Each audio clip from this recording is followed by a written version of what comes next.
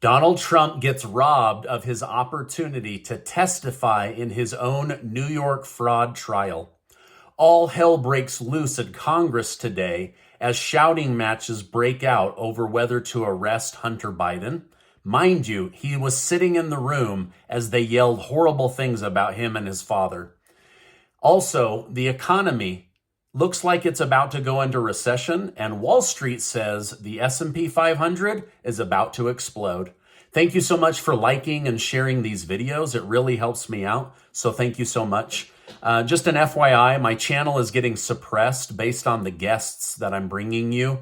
For example, earlier today, I had Joe Biden's stenographer on, and he shares all the details of the corruption he overheard while taking notes in the White House, on Air Force One, and in Ukraine and China. Do not miss that interview. It has now been a month since Hunter Biden defied a subpoena from House Republicans to testify behind closed doors. Today, Congress gathered to decide whether the president's son would be held in contempt of Congress and arrested. In a shocking twist, Hunter Biden himself appeared at the hearing alongside a team of lawyers. After being threatened with legal action by Republicans, Hunter Biden stormed out of the hearing right before Representative Majorie Taylor Greene had a chance to speak. After his departure, Greene stated, "I think it's clear and obvious for everyone watching this hearing today that Hunter Biden is terrified of strong conservative Republican women because he can't even face my words." And let me tell you, all hell broke loose when Representative Nancy Mace from South Carolina called Hunter Biden a criminal who milked his daddy's name to make money off of foreign business dealings. She then called for the immediate arrest of Hunter Biden.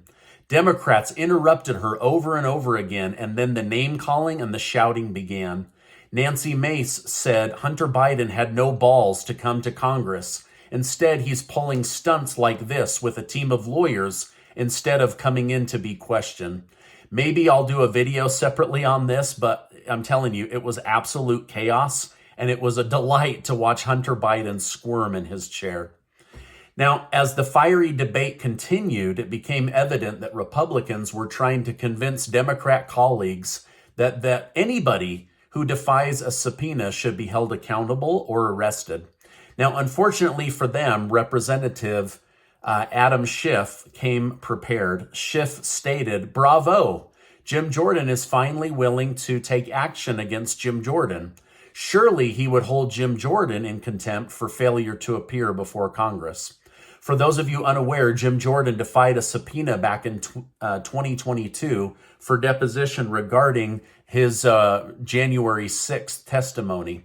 Schiff took this issue to Twitter, stating Jordan wants to hold Hunter Biden in contempt, even though Hunter was willing to testify publicly and Jordan refused to testify at all.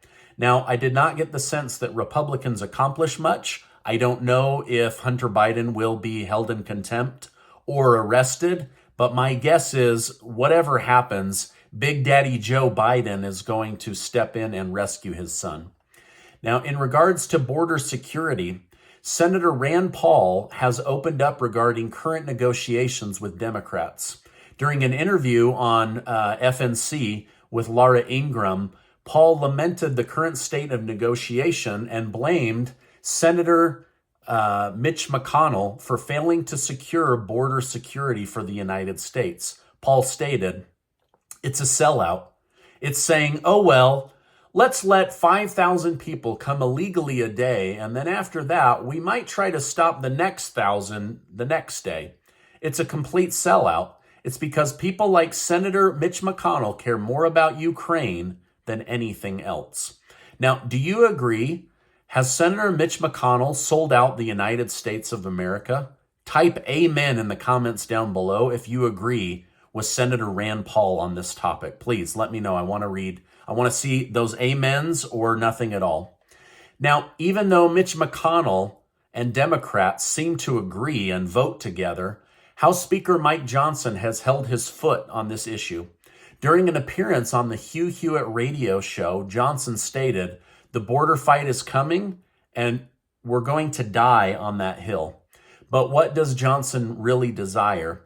He desires the reinstallment of Donald Trump's Remain in Mexico policy, which forces migrants to stay in Mexico while they seek asylum in court. Johnson also recounted a conversation he had with border agents stating, they said if the president would issue an executive order tomorrow to reinstate Remain in Mexico, they think it would stem the flow by 70% because it would send a message around the world that the United States does not have a welcome mat. Now, tonight, presidential candidate Ron DeSantis and Nikki Haley will be facing off in their final debate on CNN News. But Vivek Ramaswamy, who I interviewed this week, will not be participating. He has followed Trump's footsteps and decided not to appear. Instead, he will be running an ad during the debate, which will call for people to stop watching the debate and come watch him over Tim in Real Life podcast. Now, I know it sounds like a joke, but the ad literally says, don't fall for the tricks. They don't want you to hear from me. The truth about what happened on January 6th, the truth about COVID origin, the Hunter Biden laptop story, and everything that they have lied to you about. So you can fix that. Take your remote and turn this blank off. They're going to be pushing over, and I look forward to seeing what he has to say.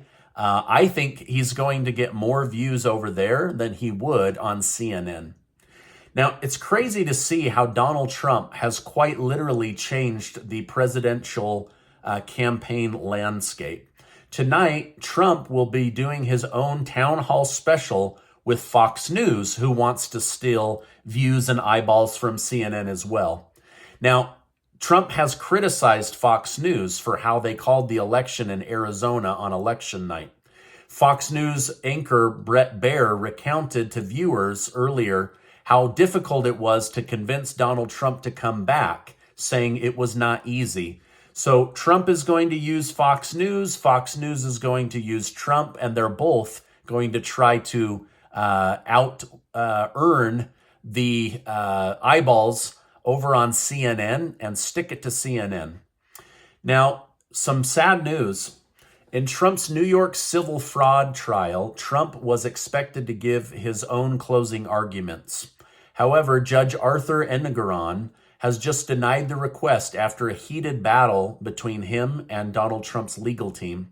While Engoron did grant the request under certain conditions that limited Trump's speech, Trump was not satisfied and argued he wouldn't be able to communicate the way he wishes under the imposed restrictions. Now, if Trump does decide to speak and break the conditions tomorrow, he could be fined $50,000, but at least he would be able to be heard. So Trump is being gagged outside the court and now inside the court. He literally is being blocked from giving an honest testimony about his side of the story. And he is potentially risking losing his entire business, being blocked from doing business in New York, and being hit with a $370 million cash fine. But he's not allowed to testify. He's not allowed to openly speak in court or outside of court about what's really going on in this case. Doesn't seem very ethical. It also seems incredibly unfair. But let me know your thoughts down below. Retired university finance professor Jeremy Siegel is now predicting that the S&P 500 will rise 10% in 2024. Siegel argued that the economy is currently growing at a perfect pace, which may convince the Federal Reserve Bank not to lower interest rates. He said, in the event that rates aren't cut, just by announcing they won't be cut, the S&P 500 will soar. He stated, one has to realize big rate cuts may mean a slowdown and a recession. Well, this is not what Wall Street wants to see. So he's actually hoping that they don't lower interest rates, and he believes that will make the stock market feel more stable and will actually rise by 10%.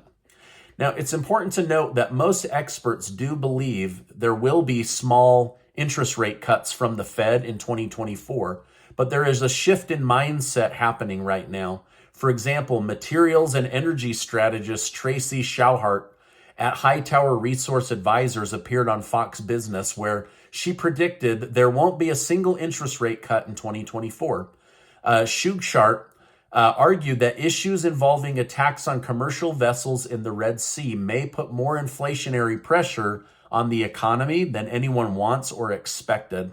So this Houthis versus the U.S. military in the Red Sea may actually make inflation go up.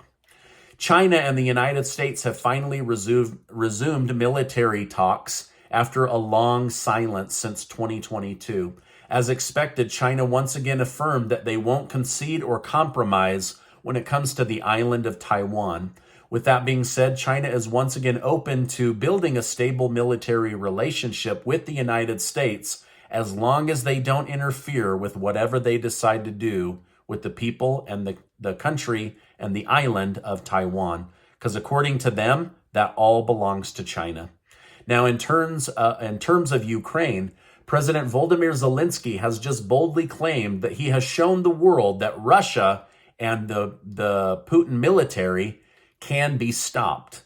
I don't agree with this, but he said, hopefully the world has been impressed with how he and Ukraine have fought. I am impressed, but now I believe it's a humanitarian crisis that needs to be shut down.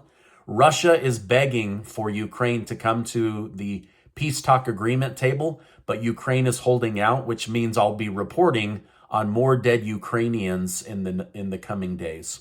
Now, before you go, I want to remind you that you are amazing. Thank you so much for being in my YouTube community. I love having a tribe of people that think like me, that want what's best for the country, that are optimistic and hopeful about the future.